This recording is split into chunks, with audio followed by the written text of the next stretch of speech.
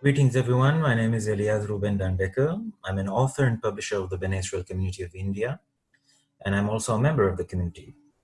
In our talk today, I will talk about the community, the history, the culture, our arrival to India, the movement of independence of India and Israel in 1947 and respectively in 1948, and the Aliyah movement, which we call in Hebrew Aliyah, and it means the migration of Jews, especially the Jews from India into Israel, and the first stages in the 1950s of the protest for equality, and the second protest of the 1960s.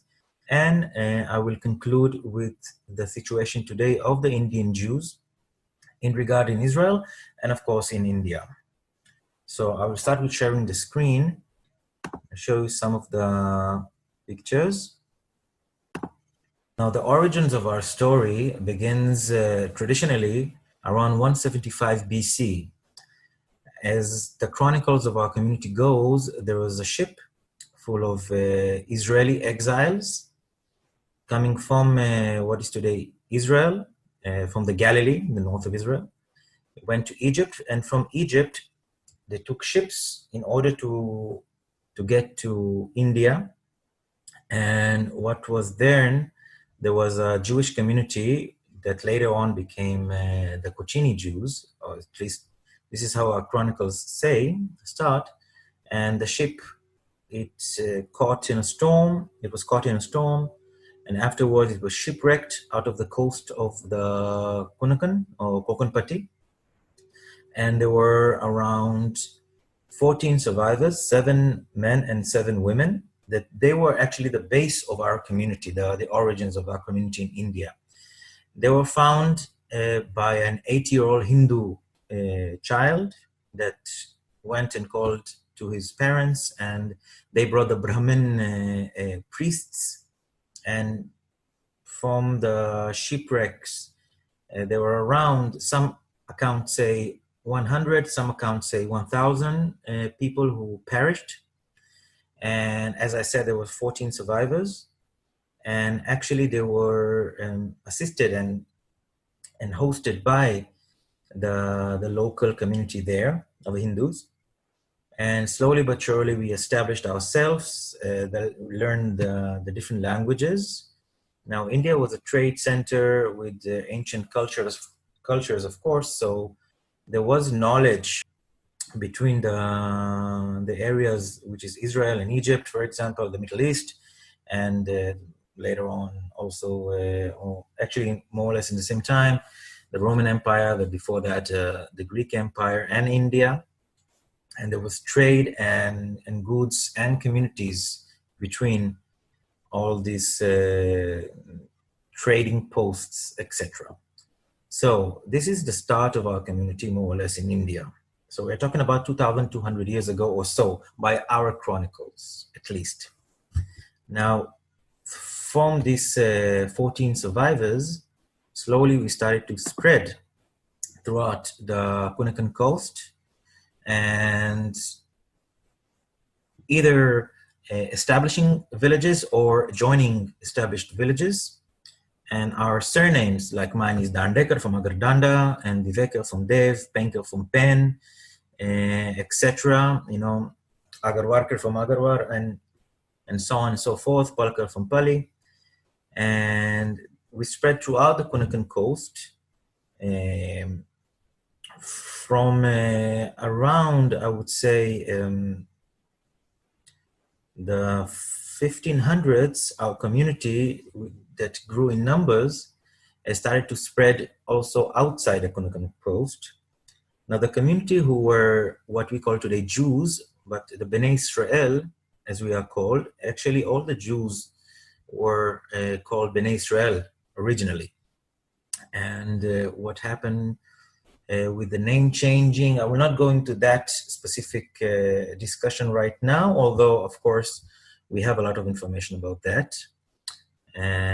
But one of the things is that we just continued with the original name, Bene-Israel, which means the children of Israel, or the sons of Israel, but it means also to the daughters. And we carry this name until today. Now, because of our different religion, per se. And so in the caste system, the Hindu caste system, for example, we got a position, let's say, of like a caste outside the caste system. So we could manage and carry on our traditions. And there was a lot of respect between the different religions and our religion. Later on, when Christianity came and also Islam and other groups from India, from other places in India and from outside of India.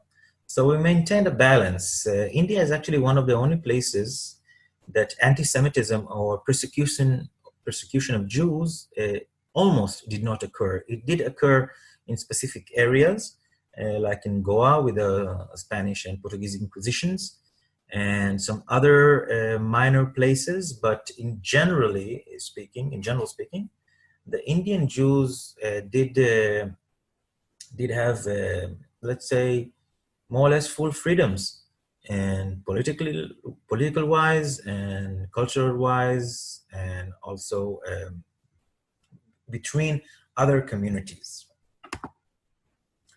Now, the place that our ancestors were buried is in Nogao. They say that the ancestors, the original 14, came to the beach of what is today Kame Beach.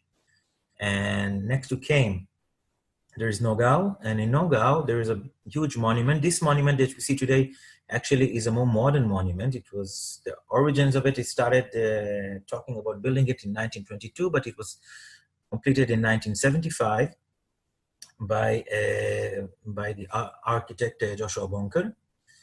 And the original survivors and the people who were shipwrecked are buried in this cemetery as well. It was known as one of the ancient Jewish cemeteries throughout the world. It still exists today. This photograph I took, I believe, in 2015. I visited there several times. And you can find graves which redate to the original ones.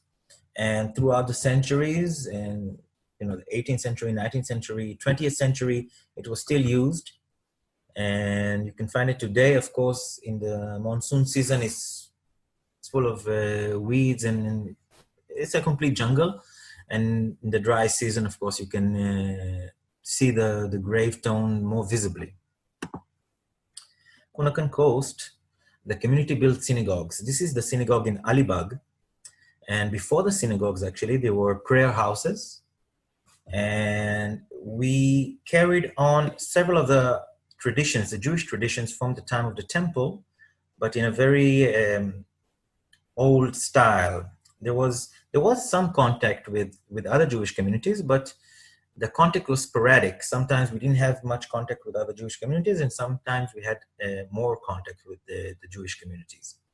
Now, throughout this time, there was influence and influx of other Jewish traders or migrants to India, from Persia, from Yemen, from the Arabian Peninsula, that escaped during different times. And some of them arrived to the Kunakan Coast, and some of them also intermarried with the original Bene-Israel that was settled there.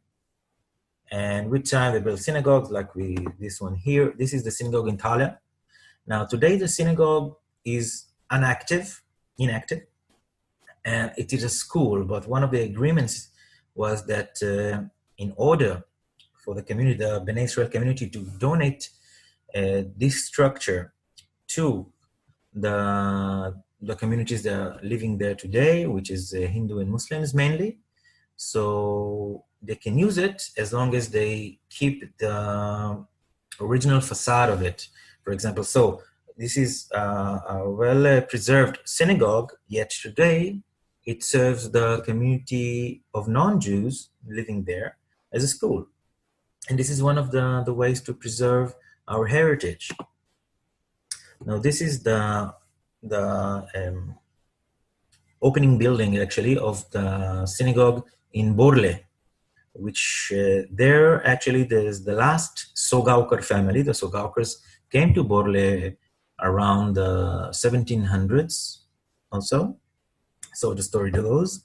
to a man called Isubo Yosef Sogauker, and his descendant carried on. I'm also descendant of this family from my mother's side, and she was born in Borle actually. And we can see the language here. This synagogue originates from 1791, but this specific structure was was built in the 1860s, more or less. And we can see the languages that were spoken back then, which is the middle plate is in Hebrew, the original language that we arrived to India. And you see on the right in Marathi script, and you see on the left in Arabic script, which is used in the Urdu speaking communities. And so there was a harmony, as I said before, between the different communities. Now, this is the synagogue in Thane.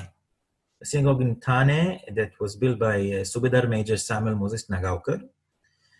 Now, I must put an emphasis about the fact that the community actually, when it started to establish itself as originally as farmers and as oil pressers, we were also known as Shanivar Taliz or Tali Israel, because we did not work on Saturday, in the Shabbat, the Sabbath. This is a holy day for the Jews and the Bene-Israeli communities.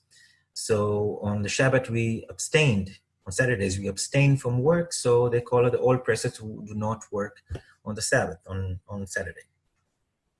Afterwards, from oil pressing and agricultural, the more agricultural background, we actually started to diverse ourselves in other occupations, as arts, as poets, and in the different courthouses of let's say in later periods, the Maratha Empire. There was also letters that Shivaji wrote in regard of the Bene-Israel community, and also in the Mughal courts. So because we were not Hindus and we were not Muslim, or we were not Christian or Zoroastrian and others, and we were very small numbers, so we could take part in positions in different communities, different empires throughout India. And the Bene-Israel actually arrived into high-ranking positions as Karbaris, like say the prime ministers, finance ministers, and politicians, because of the fact that we were more neutral. As we said, we did not incline into one community or another community. Actually, we were like a bridge that that was more balanced. So we don't have preference to this community or that community, and we served all communities as much as we could in an equal way, of course. So from the, let's say around 1662, when Bombay was given actually from the Portuguese court to the British court, and when that happened, the Inquisition, which was the persecution of Jews, ceased and desist in what was then Bombay. So the Bene Israeli were more comfortable in moving outside the Kunakan coast and through what was being built as a metropolitan back then, which is Bombay, today Mumbai.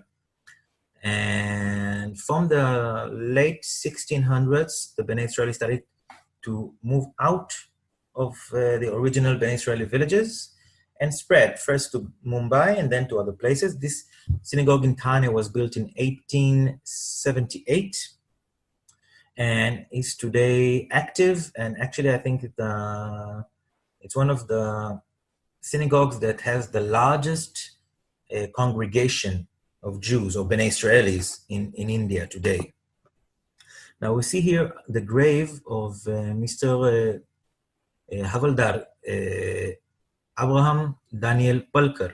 Now this tombstone in Pali is dated to around 1697.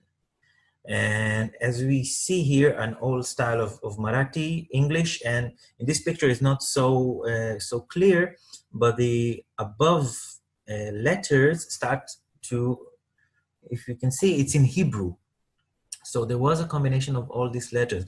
Now, as much as I know, this photograph was given to me by Mr. Tzu Israel from the Awaskar family. He lives in Israel, born and raised in Israel. And as much as I know, the cemetery in, or Kabristan as we call it, in Pali still is preserved, yet it is this specific grave and another grave of his wife, Dinabai Palakar from 1694, is non-existent today. And when I was in Pali, I searched for the grave, I didn't find it. Now this grave from the 1860s of the Borapkar family, as you say, that the areas of the Bene-Israeli, be it the cemeteries or synagogues, some synagogues are still active, so they are preserved, but a lot of other places are inactive anymore because of the dwindling community, or the community has just left the areas, so they're not existing there as a live community or living community there. So the cemeteries are in destitute. Some of them were destroyed by purpose because of land ownership or just the effect of time. But you can still see like this tombstone, which the letters in Hebrew above and in Marathi below it, it looks like when I touched this tombstone, it seems like it's just a few years ago, not 160 years ago that it was built. So this is another tombstone from around 1880. And as you can see, all the upper part of it was broken and it's still there, but it's so heavy. Some people say it weighs close to a ton. So I don't think it's a ton, it's probably less, but nevertheless, it was very heavy, so I couldn't pick it up and see what's written underneath it.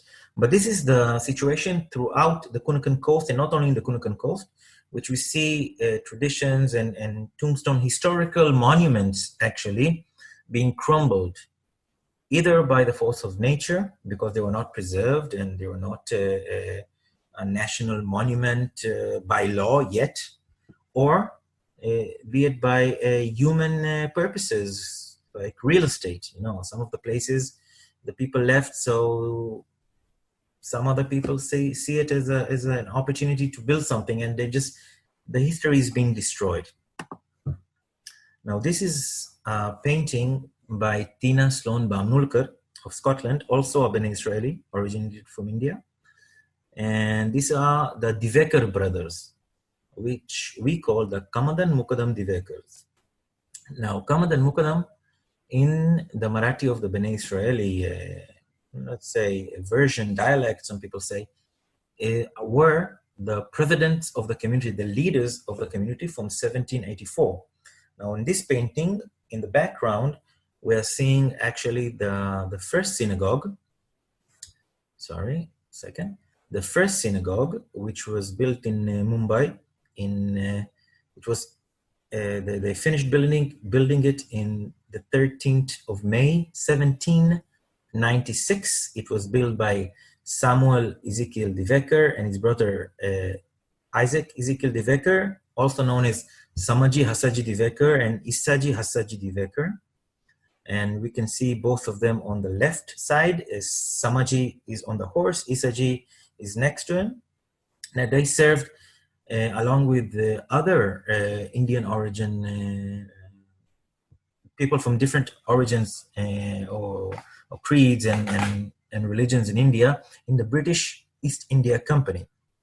Now, the British East India Company had a militia army, and it started to recruit a lot of local soldiers, and amongst them also the Bene-Israeli soldiers that reached high-ranking positions there. Now, the Dandeker family moved. They were the second Bene-Israeli family to move to Mumbai, and they moved in around 1749. And for example, on my grandmother's side, from my father, I'm 8th generation descendant from this family. This is why my publication house is called actually Kammodan Mocadem Publication House in honor of the ancestors. Now, the streets close to it in Mandvi, in Mashid Bandar, is Samuel Street. Now, there was a mistake that Samuel is a British character, but it was not. This is Samuel Ezekiel Devekar. It was originally called Samaji Street or Rasta. And today, the name still retained because there was, actually there was some sort of a try to change the name because of a mistaken identity. Yet the local Bene-Israeli community in Mumbai and India in general petitioned, and they insisted of keeping this original name on the street. And this, of course, is a person of Indian origin, Bene-Israeli of India origin, so it's kept. Now, the next street, which was called Isaji Street, the brother of Samuel, and also one of my ancestors. So what I understood, this is the photos I took, I think in 2010 it was. And from what I understood, today, this street, which is Isaji Street, was renamed. So slowly we see the, how can I put it, the wiping out of cultural history of the Bene-Israeli of India after such a long time, generations upon generations, centuries, and is just being crumbled into dust, unfortunately. Now, this is one of the synagogues in Mumbai. This is Magen Hasidim Synagogue. It was actually an earlier synagogue there, the Dandulkarchi Mashid Synagogue in English. And it was in 1904, but this synagogue, its construction was completed around 1931 and is still active. The community there is still active. Also, my grandparents actually married in this synagogue. And today, in most of the synagogues in Mumbai or also in Thane, for example, there is a police outpost posted outside the synagogues because of the terror attacks in 2008. Now, this is one of the graves in Worli Cemetery in Mumbai. In ancient times in Mumbai, there were around, from records, around 12, even more actually, cemeteries, I'm talking about Jewish cemeteries or Bene-Israeli cemeteries. Just in Mumbai, not talking about all the others, recorded over 100, and probably there are more. And this grave is very important because of the information on the grave. Now, in the tombstones, it's not just the name of the person and it's his or her occupation. Sometimes the history of the family is written. And this tombstone of Shalom Haim Rajpurkar Kaji. Kajis were of three families. They were the religious leaders of the Bene-Israeli, chosen in around 1000 AD from the Rajpurkar, Jiratkar, and Shapurkar families. And this person from the Rajpurkar families was given the title Kaji. And he's talking here and on his grave. I mean, his grave is referring to us the information for at least 6 generations. It's written here. These are the ancestors of the elder Shalom, son of Haim, son of Salman, son of Nisim, son of Moshe, Moses, son of Aaron, Rajpurkar Kaji, that the title was given to them around the year 1200 by David Rahabi, who is the brother of Maimonides, who was a very famous Jewish doctor in those times. And he's also known in India and also in the Ayurveda and also in Europe and Africa and other places. He lived in Egypt. So we find these kind of graves also with this full of information around throughout India. But today, this grave still exists because the cemetery is still in use, but a lot of other places have just crumbled into dust, unrecorded many times. Now, this is one of the first photographs of the Bene-Israeli of India. This photograph is from 1855, and it was photographed from the information we have around the area of Janjir Murud or Murud Janjira. Some of us say like this, some of us say like that. And actually, two characters are recognized here. One of them is from the Awaskar family, another from the Kilekar family, and their descendants, or some of them, or most of them at least, live today in Israel. Now, this photograph is of a very important family, the Dandeker family, important in Bene Israeli history. Now, the person on the right, David Haim Dandeker, was a very leading figure and a dramatist, artist, who was an actor and a community leader, and he acted and wrote books in Marathi, in English, in Urdu, and other languages, in Hindi as well. But I want to talk about his mother, sitting on his on the left, Miss Hannabai Dandeker. And she was born Rebecca Dandeker. She's buried today in Ahmedabad. Now, this was one of the leading, she was one of the leading figures in Bene Israeli history. She built a synagogue in Penn in 1863. And she rehabilitated a lot of institutes, Bene Israeli institutes throughout India, donating money and establishing more leading communities inside communities that were sometimes crumbling due to migration outside of the villages. And she was one of the leaders, actually, in the mid-19th century of the Bene Israel community. Now, this photograph from around 1920 is of some of the Dandeker family.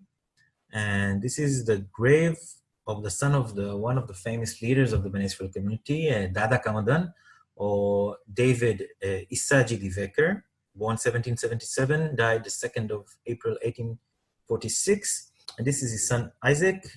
Next to him, holding the grave, is Isaac's son, Joseph, and in front of Joseph is Joseph's son, Hanok, that later migrated to Israel.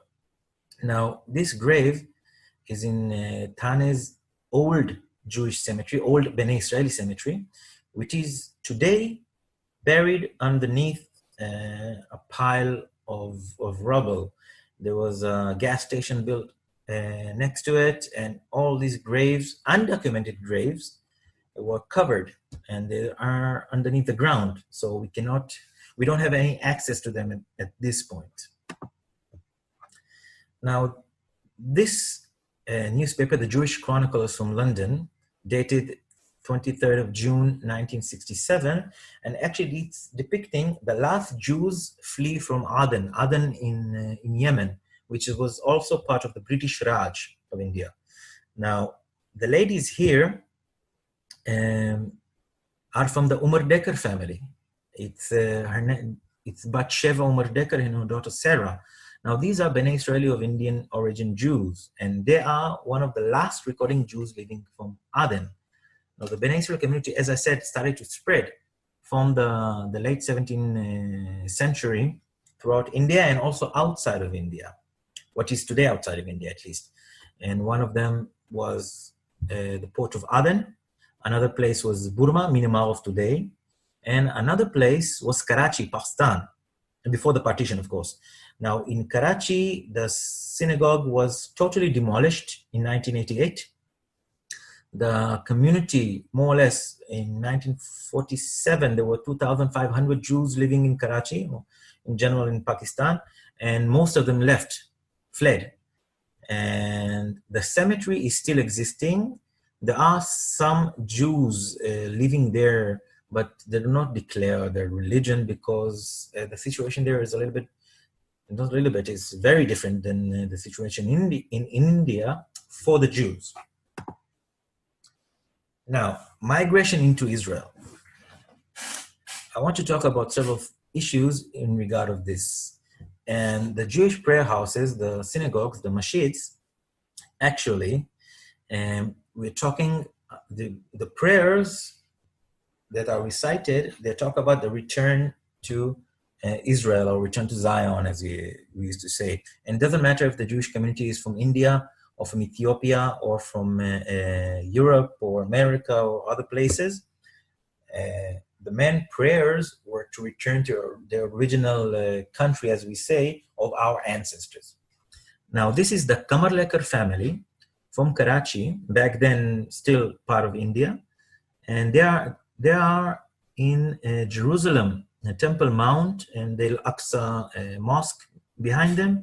This photograph is from 1902. There were several voyages of Bene-Israelis to what is today Israel, and before that it was called Palestine. Before that, the Greater Syria. After the name change, it's known by many names, of course. And there were several voyages, pilgrimages actually, of Bene-Israelis from 1855 at least that we know of. And the pilgrimage of the 1880s and the 1890s by Shirkulkas and Gosalkas and Pingles from the community were recorded, not only photographically, but also they wrote journals, published them in Marathi, and distributed them to the community. Later on, these journals were translated into Hebrew. In 1993, they were republished. And it's really interesting voyage from India. In one part, as soon as the Suez Canal was open in the late 1860s, the travel was made shorter, so it was more possible. And a lot of people from other places also in the world, but especially I'm talking about the Jews of India, started to make pilgrimage and recorded in those pilgrimages and conferring them to the rest of the community, visiting the holy places, the holy sites, and the Jewish community back then in the 19th century in Israel, the Arab Muslim community, the Christian community, and other communities that were living there, such as the Druze community. There's also a record of the Decker family from 1898 visiting Jerusalem, and really, this history usually is not thought, not in Israel, and from my knowledge, also not in India and other places. And here, you're going a little bit further, and after actually the independence movement of India, many Bene Israelis took part in it. That is, we know of not only family members, but community members that went on the Salt March of Gandhiji's in the 1930s, that took part in nationalism. There was a time that the doctor and the lawyer of Gandhiji were the Irulkars, which is the doctor was Abraham Solomon Irulkar, and solicitor, the lawyer was David, his brother, David Solomon Irulkar, that both of them were from Ahmedabad. And the Jewish community, the Bene Israel community, had strong ties with the independence movement in India. And but this is another issue. I will not go totally into that issue. The thing is that after the independence of India in 1947 and the independence of Israel in 1948, there was a resurgence of spiritual awakening for a lot of Jews around the world. And the travels, I said before, were even heightened in 1917 when the British rule over mandatory Palestine, Eretz Israel, was taken over. And with the British came a lot of Indian soldiers, and with these Indian soldiers, also Bene Israeli of India, that later on came back after the war, the ones that survived at least, came back to India, and there was a renaissance of the movement towards returning to the land of the ancestors, as we say. And from 1931, there was an influx, slow influx of Jews, of Bene Israeli Jews, coming to what is today Israel. Now, it is important to say that the Jews in general, the Indian Jews, were of several communities. There were the Bene-Israel of India, which I'm also a member, and we are the biggest community. And they said the numbers in 1947, more or less, were around 30,000. Now there are the Kochini Jewish community of Kerala, which are composed of several other Jewish communities, and they were around 2,500 strong in 1947. There were the Baghdadi community. Not all the community came from Baghdad, but they came from Arab-speaking countries and areas, and they came to India from the 1600s and onwards until David Sassoon came in 1828, and they were around 1,000 strong around 1947. And today we have also other communities that we know of, like the Bene Menashe of northern India, Manipur and Mizoram, and there is the Bnei Tzion, Bnei Ephraim community of the start of India. And there were also smaller communities in Madras of Ashkenazi and Yemenite and Sephardic Jews. Now this picture is in 1947 in Israel, in kibbutz. Kibbutz is a small settlement, communal settlement called Ha'ogen. And in this picture, we see one of the greatest figures in Bene-Israel history is the Mastrini, Rebecca Reuben Dandeker, and she was the leader of the community from the 1930s until the 1950s. Now, she encouraged a lot of the Indian Jews, a lot of the Bene-Israelis to migrate to Israel, to reestablish the ancient promise. She herself did not migrate to Israel. She came several times. This photo from 1947 is when she came to give a lecture about Jewish education in India. And afterwards, she returned to India, where she passed away in 1957 and buried in Worli Cemetery, yet to this date, without a headstone over her grave.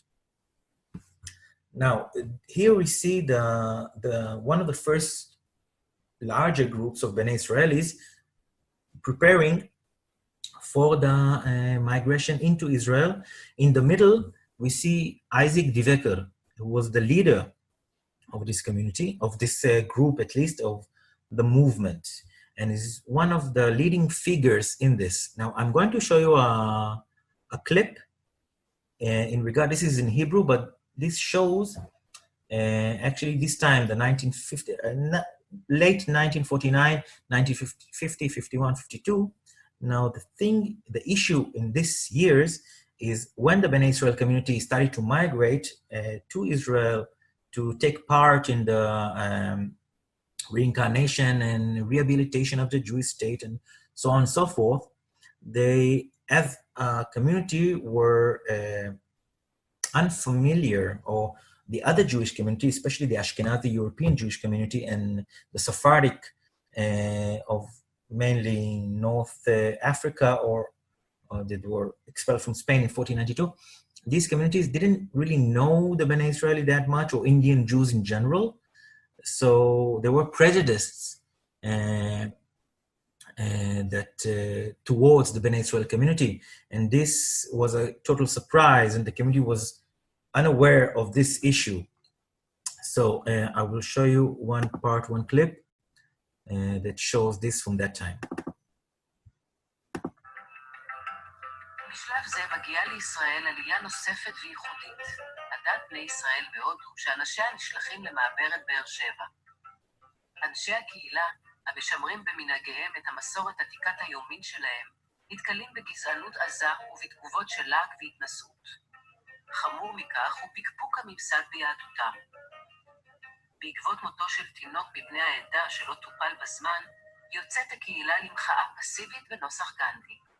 העולים ההודים, בחלקם, מביאים את הניסיון של המאבק לשחרור של הודו, והם עושים מאבק בנוסח גנדי, ועושים שביתת שבט בלתי אלימה בלב תל אביב. אנחנו ישבנו מול משרדי הקליטה, שזה היה בלילינבלום, פינת נחלת בנימין. פרסו שם שמיכות ברחוב, הגיעו משפחות, וישבו פשוט דוממים.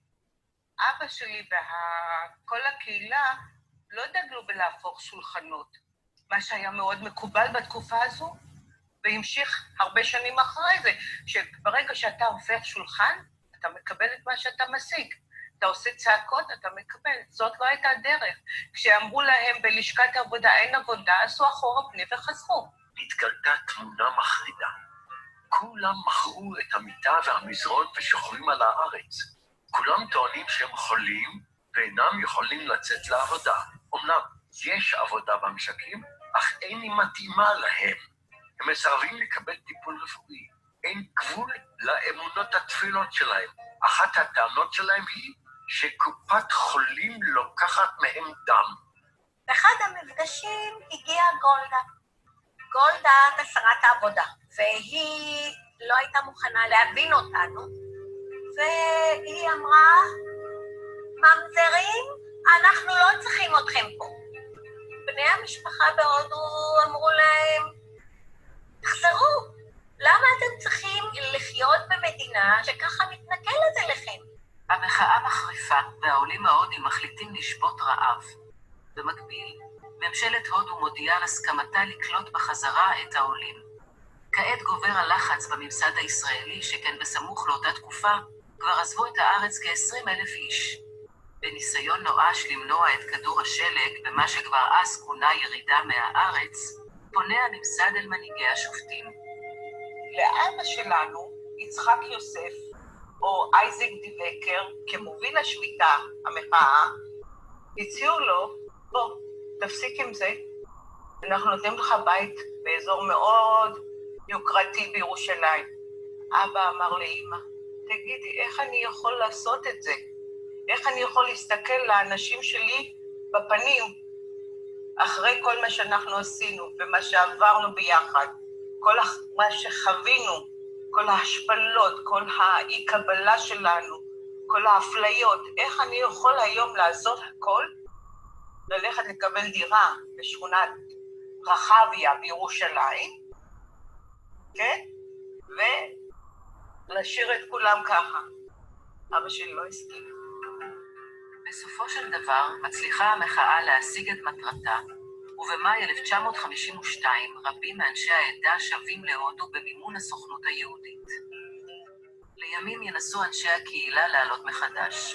הפעם ישודרגו תנאי מגוריהם והם ישלחו לאסבסטונים במעברת קריית שמונה. Now, we just saw a clip that is in regard of the first demonstration of the Bene-Israel from 1951 to 1952. Now, the leader of the demonstration generally was Isaac Deveker. We saw his daughters talking about this. And the main reason, as I said before, is that people, actually, the Jewish communities in Israel did not know us, did not even recognize our culture, the way of our behavior, color issues, etc. Now, here, these are pictures from Israel. This is one of the dances. It's called Hora dance, and you see the people that made Aliyah in 1949. And actually, some of the people are still with us. One of them is my great aunt Abigail, that is dancing in the sari, and today she's around 90. And another aunt who's Mary Deveker, that is already 96 almost. And in Israel, there was the Association of Indian Jews, which also included the Jews, the Bene-Israelis, but other Jews from Burma and Pakistan. Back in the day, this newspaper from 1951 shows the reasons why the Bene-Israeli wanted to leave. Now, there was a movement to go back to India, because in Israel there was no equality back in that day. But when they came to India, they were not, they didn't get accepted back to their old jobs, actually, and they were denied because they were considered as rebels or as initiators in India. So after a few years, they came back to Israel. And this photo is actually because they used to say back then that the demonstrations is in the way of the Mahatma Gandhi, because they didn't shout, they didn't break things, just fasted, sitting on the pavement, taking blankets with a broomstick and making a tent out of it, and just sitting. Now, the whole world back then looked at it, and it went, because of the knowledge of English of many of the community members, they sent letters to all over the world, to BBC, to England, to India, and one of the letters was sent to Mr. Jawaharlal Nehru. And he actually sent a letter to the first Prime Minister of Israel, David Ben Gurion. He said, if there is no equality there for the Indian Jews, so bring me back my Jews. And a lot of them went back to India. The first plane had 115 or so, probably a little bit more. Eventually 575 or so moved back to India, but after a few years, most of them moved back to Israel. Now, in this picture, from those demonstrations, the person which is 4th from the right, Dr. Eliyahu Moses Rajpurkar, was the mayor of Bombay back then still, between 1937 to 1938, Bene-Israel leader, actually. And he came to Israel for the protest to see what's going on with the community. And later on, he went back to India, reported what he's seen, and he passed away in India. I'm going a little bit further than I expected now. So there was a second protest afterwards in the 1960s. Now, the second protest of the Bene-Israelis from 1960 to 1964 dealt not with discrimination of color as per se, but more a religious discrimination from the Rabbinical Orthodox Council. Now, there was no doubt about Judaism throughout the ages. There are several books written about it, letters from at least the 12th century, or if not earlier, in regard of us, the Bene Israelis. But still, a lot of religious leaders, mainly European or Sephardic or Babylonian Jews, unfortunately, questioned our Judaism, or not the Judaism itself, but certain customs that the Bene Israel used to go by. This also happened to the Ethiopian Jewish community and some of the Yemenite Jewish community and other Jewish communities, which were not, let's say, the mainstream Judaism, but practiced more of an ancient style of Judaism, or a more unknown, parts in more, let's say, unknown parts of the world. But it's not really true, because India and Ethiopia have, for example, have rich histories, yet the influence of other ideologies into Judaism kind of imbalanced the notion on Bene Israeli Jews. Now, there is another pic I want to show you from the 1960s demonstrations, which is, it's here. In the 1960s, there was the second demonstrations, and in 1964, led by several other prominent Bene Israeli leaders, such as Samson Kilekar, and David Shalom Agarwarkar, Yechezkel Ashtamkar, and also Isaac Devek from the first demonstrations. And these demonstrations were indifferent from the demonstration in the 1950s, that they actually took a more louder voice, in a way. A louder voice, which meant that they were actually on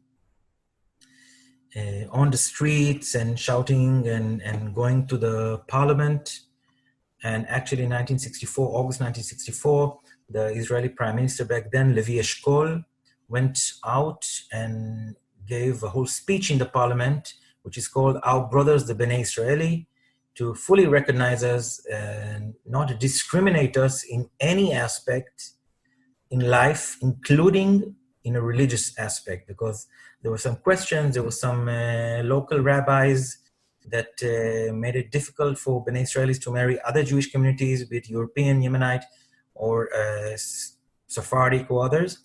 And after that, actually, the call to stop this discrimination, and it officially happened, yet throughout the time, it was still an issue that arose from time to time. And again, 1982, 1997, and today, when the Bnei Israeli community is fully integrated, still some prejudices do arrive from time to time. And the last, I can say the last decade, we managed to really have a renaissance, a cultural renaissance, especially from the second, third, fourth, fifth, and sixth generations here in Israel, Bnei Israelis, and also of Cochin Jews, especially, and Bnei Menashe, that we are writing our own culture, own history, publishing books. I myself have published 4 books and on these issues, and I also took part in other books. We have a ceremony that is called the Malida ceremony that we introduced 2 years ago with the group that I was one of the founding members of the new generation Indian Jews. And we have established this Malida ceremony inaugurated it into mainstream Israel, alongside with other official documentaries and books, etc.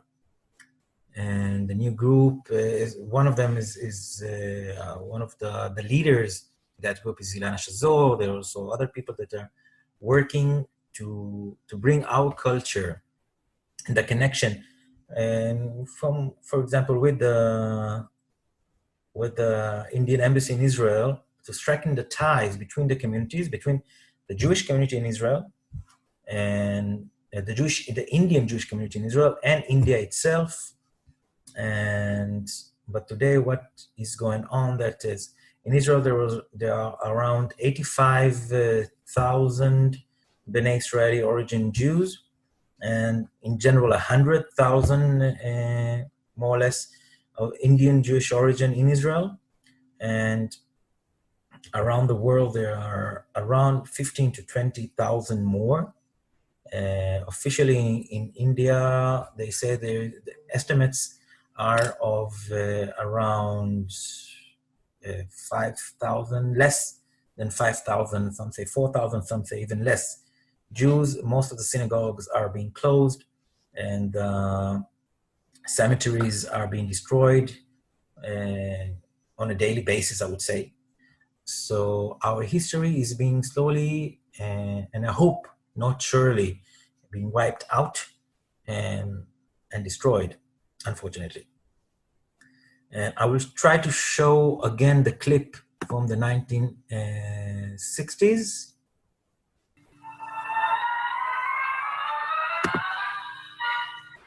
Yes, now, sorry, now you can see it. אשר יצאו בקריאה לביטול הנחיות הרבנות הראשית בדבר רישום נישואים של בני עדה זו. ההפגנה נערכה בעיצומה של שביתת הרעב, אשר ערכו נציגי בני ישראל, שביתה שעוררה הדים רבים בארץ ומחוצה לה.